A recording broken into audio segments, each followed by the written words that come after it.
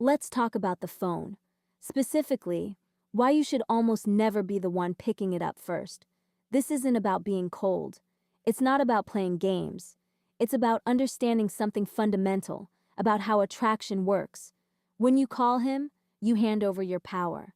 And once it's gone, it's very hard to get back. Here's the thing. When a man calls you, everything is different. He picked up the phone because he was thinking about you. He missed your voice at that exact moment. He made time.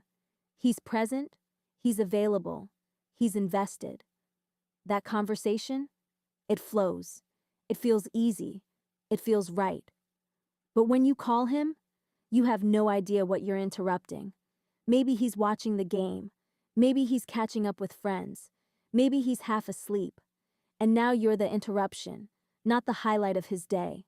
He might be polite. He might even seem happy to hear from you. But something is off, and you can feel it.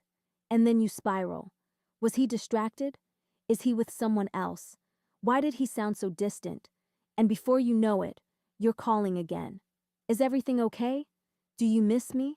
Are we good? And just like that, you've broken every rule in one phone call. So here's the rule. Don't call him.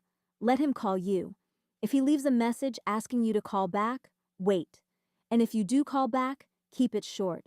Warm, polite, but brief. You're busy. You have a life. You're not sitting by the phone waiting.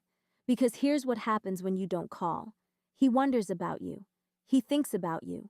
And then, he calls.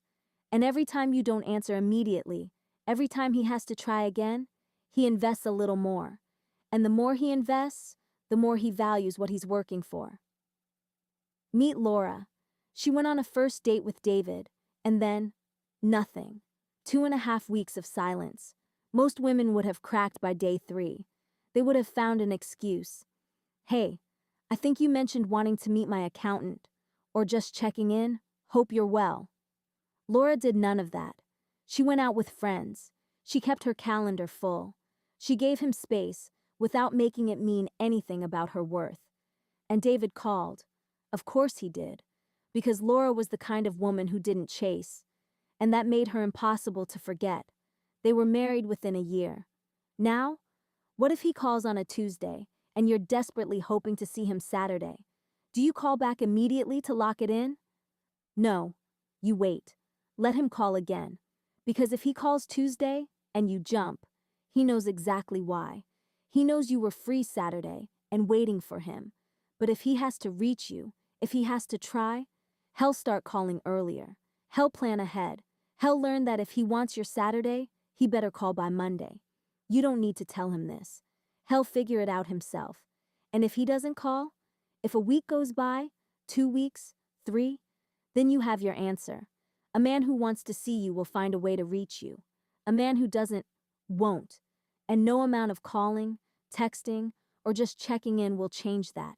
It will only delay the inevitable and cost you your dignity in the process. Here's the truth. You cannot control whether he calls, but you can control whether you do.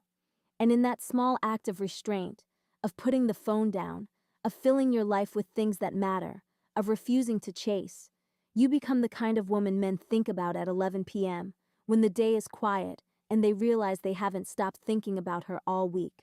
Be that woman. Let him call. Let him wonder. Let him work for it.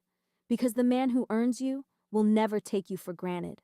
And the one who doesn't bother to call, he just saved you years of your life.